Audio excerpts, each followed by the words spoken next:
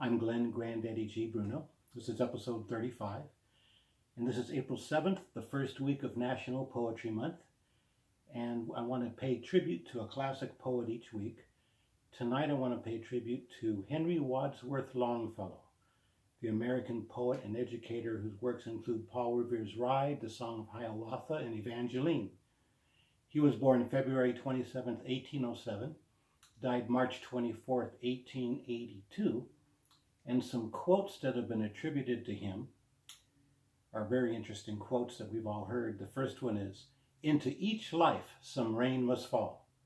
The next one is, "Music is the universal language of mankind." Certainly agree with that.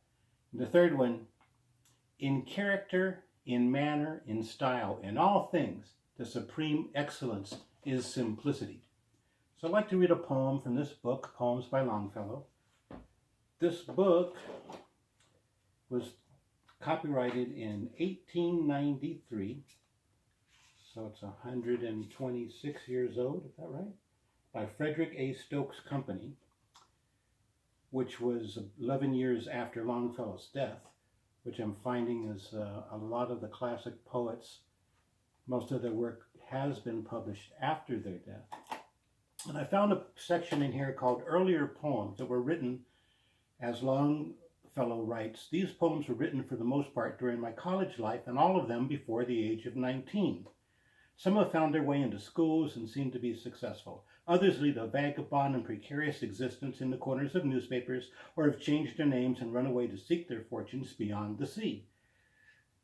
I love how he refers to his poems as children. He says, "I cannot be displeased to see these children of mine, which I have neglected and almost exposed, brought from their wanderings in lanes and alleys and safely lodged in order to go forth into the world together in a more decorous garb." And that's how I feel about my children. I'm going to read a poem that I wrote when I was 19 years old, and then I'm going to read one that Longfellow wrote when he was 19 years old. We'll compare. The one I wrote is part of a book, first book of poetry I put together called Dreamers Never Made It Anyway. This is the introduction. Why do poets blow themselves up into huge billowing balls, and upon being introduced to a pen, burst all over the room, when all they have to do is look around them and see that everything they are trying to accomplish is already there to begin with?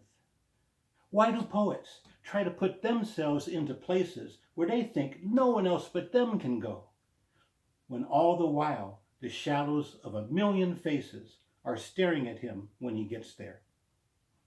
I was here once before, I think, when all of the earth's creatures ran free, but now they're just bones in this tar pit, and you and I run free. Someday we'll also lay together in a tar pit, because dreamers never made it anyway. La Brea tar pits I was referring to. It continues.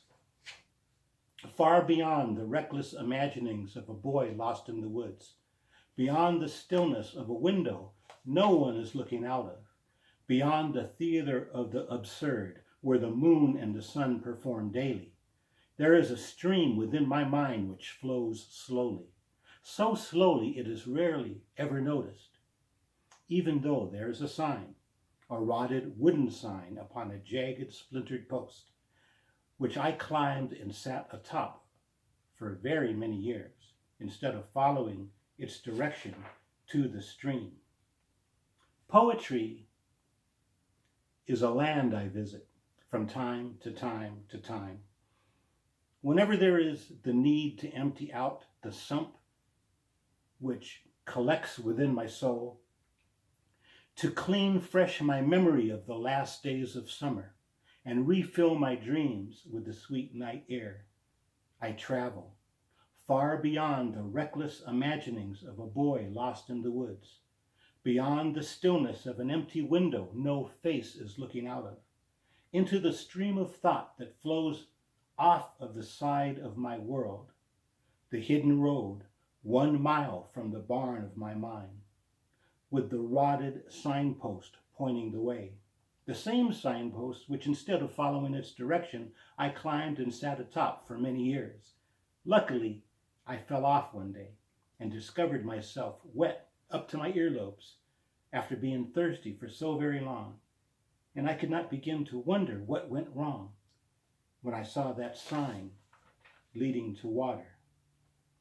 Far beyond the reckless imaginings of a boy lost in the woods, beyond the stillness of a window no one is looking out of, even beyond the theater of the absurd where the moon and the sun perform daily, there is a hidden road, a road which leads the way to a mysterious land, where the sun is a diamond and the moon is called Her Majesty, and the sea is merely a housekeeper, sweeping the beaches clean of reality, of life and death, of love and hate, of beginning and end.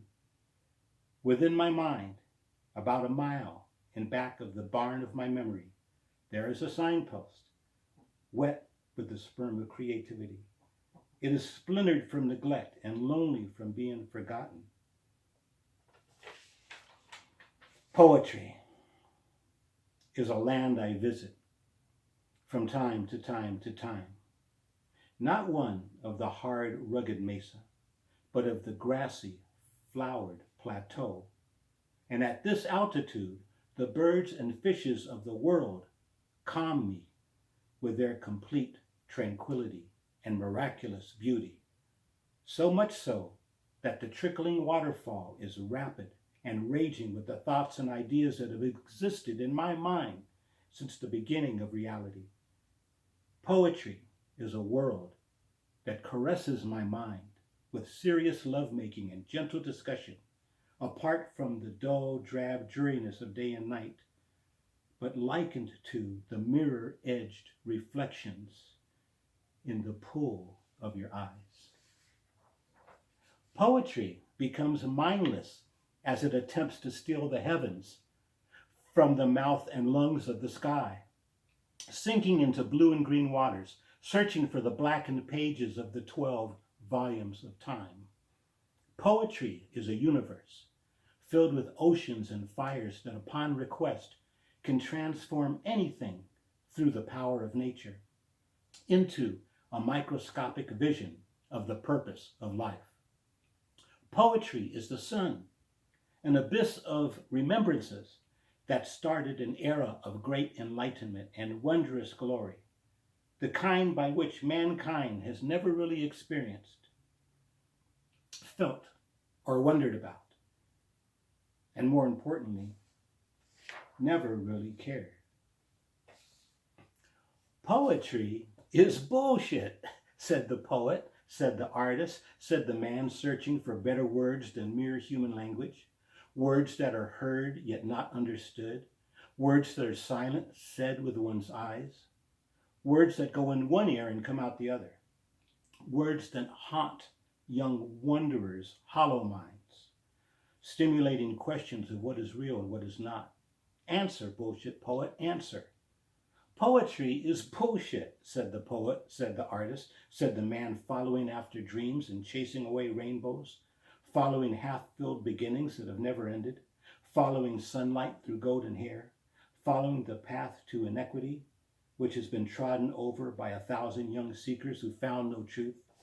Answer, bullshit poet, answer. I don't know if I found the answer yet, but I'm still looking. Here is the one written by Longfellow when he was 19. It's called On April Day. When the warm sun that brings seed time and harvest has returned again, 'tis sweet to visit the still wood where springs the first flower of the plain. I love the season well, when forest glades are teeming with bright forms, nor dark and many-folded clouds foretell the coming on of storms. From the earth's loosened mold, the sapling draws its sustenance and thrives. Though stricken to the heart with winter's cold, the drooping tree revives. The softly warbled song comes from the pleasant woods and colored wings. Glance quick in the bright sun that moves along the forest openings. When the bright sunset fills the silver woods with light, the green slope throws its shadows in the hollows of the hills, and wide the upland glows. And when the eve is born in the blue lake, the sky o'er-reaching far is hollowed out, and the moon dips her horn and twinkles many a star. Inverted in the tide stand the gray rocks and trembling shadows throw, and the fair trees look over side by side and see themselves below. Sweet April, many a thought is wedded unto thee, as hearts are wed, nor shall they fail, till to its autumn brought life's golden fruit is shed. Thank you, everybody. Have a great week. I'll see you next Sunday on Spoken Word Sunday with Granddaddy G.